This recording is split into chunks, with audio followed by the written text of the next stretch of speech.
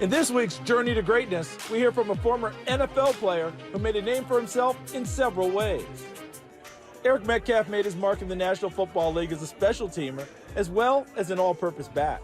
He set a high standard for himself as a youngster when he looked up to his father, Terry, who also played in the NFL and was a three-time Pro Bowler.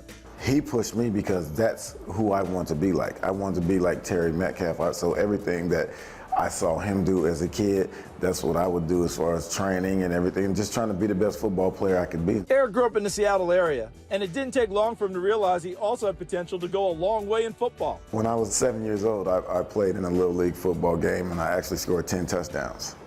And they called 3 back, but in my mind, I still scored 10. But, you know, back then I was faster than most guys, and so I figured that's how it's going to be. So I'm pretty good at this. And, you know, as I got older and I was still faster than most guys and still able to make people miss. So I was like, I can do this. I'm going to be just like my dad as long as, you know, I don't get injured or something like that. My high school coach helped me a lot. I mean, he was not only my high school football coach, but he was my high school track coach as well. When you're in high school and everyone's recruiting you, you pretty much know that you're going to college and good things are going to happen. But you have people who keep you level-headed, talk to you about other things other than sports, and that's what you need from a high school coach. It doesn't have to be about sports all the time. It's trying to make you the best person that you can be, and because I'm big on being a good person, and I think my high school coach helped me with that a lot. Metcalf was a star athlete at the University of Texas in both football and track, and then he was drafted by the Cleveland Browns in 1989. That was the beginning of a 13-year NFL career. He'd become the first NFL player to rack up 7,000 return yards and 7,000 yards from scrimmage. He still ranks second in NFL history with 10 career punts returned for touchdowns.